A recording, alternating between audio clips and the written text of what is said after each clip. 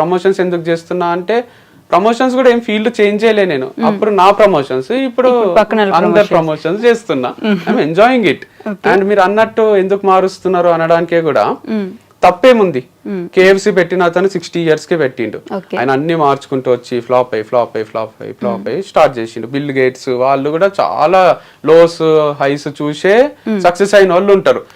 Even Rajinikanth కూడా conductor గానే చేసిండు కదా. కండక్టర్ గానే ఉండాల్సిందే, ఒకటే ఫీల్డ్ లో నువ్వే బస్సులు కొనుక్కోవాల్సిందే, వేరే కండక్టర్లను తీసుకోవాల్సిందే అంటే సూపర్ స్టార్ కాదు కదా.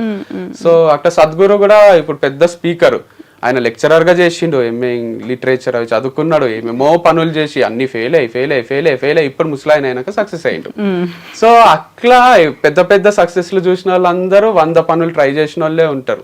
అట్లా 100 పనులు ట్రై చేసి ఎక్కడో దగ్గర ఆగుదాం అనుకుంటున్నారు అంటే అదే ఫార్ములా పాటిస్తేనే జరుగుతుంది అట్లా లైఫ్ లో. Maybe life is making me even more stronger, ప్రతి దానికి రెడీ చేస్తుంది అనుకుంటున్నాను నేను.